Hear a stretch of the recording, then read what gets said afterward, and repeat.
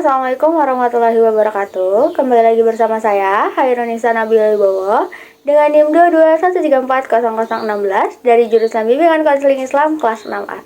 Di sini saya akan memaparkan kembali atau menjelaskan kembali terkait mata kuliah Public Speaking di hari Selasa kemarin, di mana pada mata kuliah kali ini dilakukan secara online sehingga tidak ada mahasiswa yang ditunjuk secara acak untuk menjadi seorang public speaker. Nah, pada pertemuan kali ini tuh hanya presentasi kelompok saja, di mana presentasi kelompok ini bertemakan persiapan mental, pengetahuan, performa bahasa, bahasa verbal dan non-verbal, simbolik dan penampilan pada public speaking. Nah, tema ini tuh memang cukup menarik sekali karena membahas tentang bagaimana sih persiapan mental dan pengetahuan apa yang harus dipersiapkan ketika kita ingin menjadi seorang public speaker. Nah, di sini ada persiapan mental dan pengetahuan sangat penting dalam public speaking. Adapun persiapannya itu meliputi ada latihan, mengendalikan rasa gugup, dan membangun kepercayaan diri. Dimana ketika kita menjadi seorang presentator atau menjadi seorang public speaker, kita itu harus perbanyak latihan dan latihan agar ketika kita ingin tampil, itu akan lebih bisa memanajemen diri kita, memanajemen emosi, memanage rasa cemas, gugup, karena kita harus mengendalikan rasa gugup itu sendiri. Gimana nih cara kita untuk tidak gugup, untuk kita membawakan suatu materi itu secara real life. Kemudian bagaimana cara kita untuk bisa membangun kepercayaan diri. Untuk kita bisa mengendalikan rasa gugup dan membangun kepercayaan diri adalah salah satunya itu dengan cara latihan. Kemudian, sedangkan pengetahuan dalam public speaking itu meliputi dari pemahaman materi, memahami audiennya, mengenali audien, dan teknik-teknik daripada public speaking. Jadi persiapan mentalnya itu tadi ya, kita harus latihan. Kemudian kita juga harus bisa mengendalikan rasa gugup, kemudian kita juga harus bisa membangun rasa kepercayaan diri. Selain itu, persiapan dari pengetahuannya adalah kita harus tahu dulu nih materi yang akan kita bawa ini seperti apa, pesan apa yang akan kita sampaikan, ingin kita sampaikan kepada audiens. Kemudian kita juga harus mengetahui audiensnya seperti apa, latar belakang dari audiensnya seperti apa, sehingga kita bisa menyampaikan itu secara baik dan bisa diterima dengan baik juga oleh audiensnya. Kemudian kita juga harus tahu nih teknik-teknik dalam public speakingnya seperti apa sih, seperti itu. Kemudian selanjutnya ada performa bahasa. Performa bahasa itu melakukan pemilihan kata yang baik dan benar, struktur kalimat yang sesuai dan banyak dipahami orang, intonasi suara, dan gaya bahasa yang sesuai.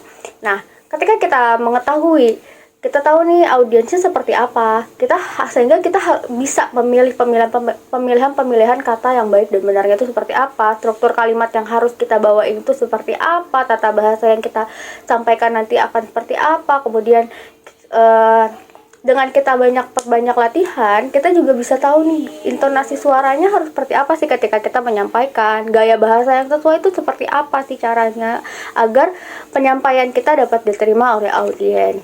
Kemudian selanjutnya ada bahasa verbal dan non-verbal. Bahasa verbal adalah simbolik linguistik seperti kata-kata, kalimat itu merupakan kata verbal.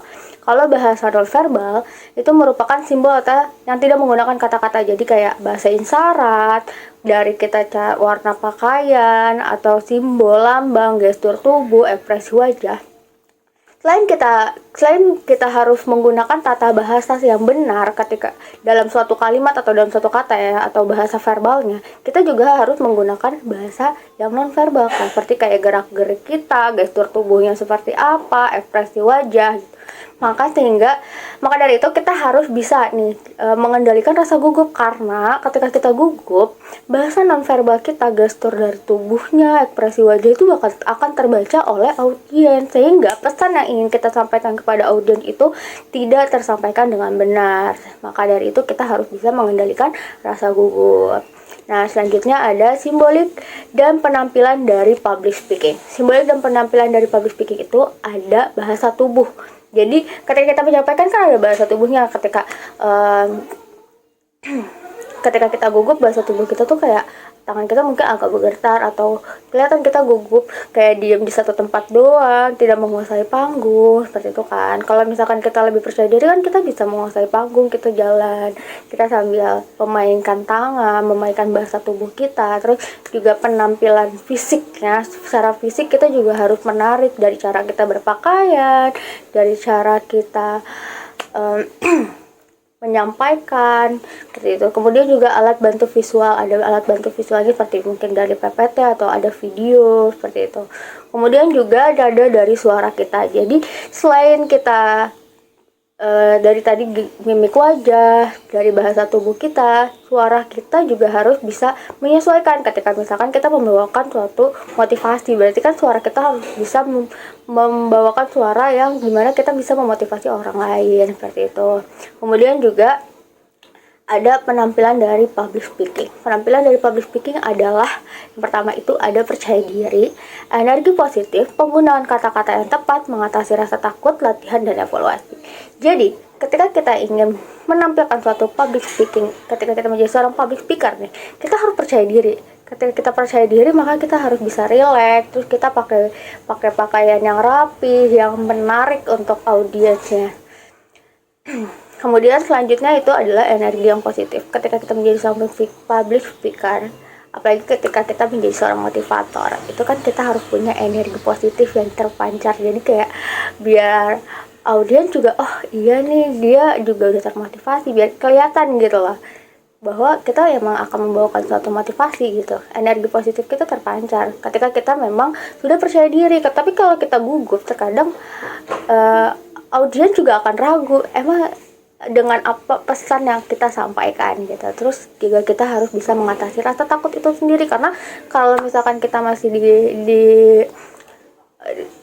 tertutupi oleh rasa takut ketika kita ingin menjadi seorang public speaker, maka itu tuh akan sulit untuk kita menyampaikan suatu materi tersebut atau informasi tersebut gitu. Terus juga kita harus latihan dan evaluasi. Jadi ketika sebelum kita tampil, kita harus latihan terlebih dahulu. Kemudian setelah tampil kita harus evaluasi, kira-kira apa nih yang masih kurang, apa yang harus dipertahankan, dan apa yang harus ditingkatkan lagi seperti itu.